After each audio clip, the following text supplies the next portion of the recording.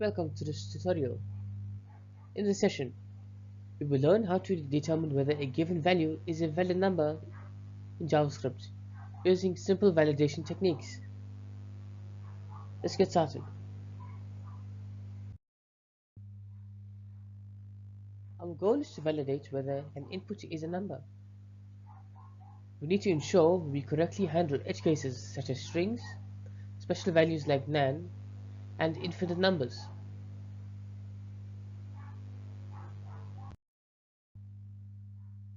The function uses parseFloat to check if the value can be passed as a number. IsFinite to reject infinity, and final check to ensure the value remains a number after conversion.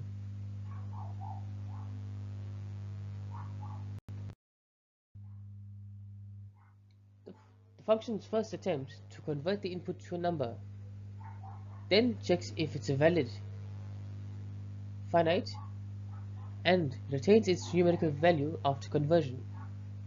If all conditions pass, we return true.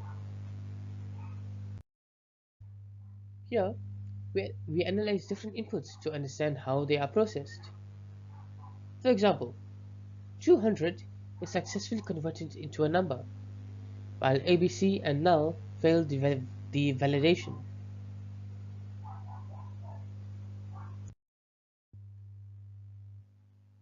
This function is useful in various scenarios, such as validating user input in forms, ensuring correct data processing, and preventing calculation errors in JavaScript applications.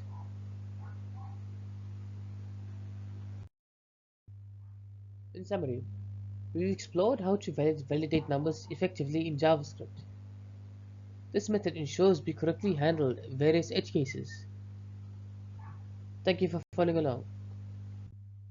Thank you for watching.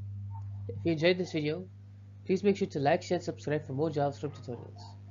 I'll see you in the next one.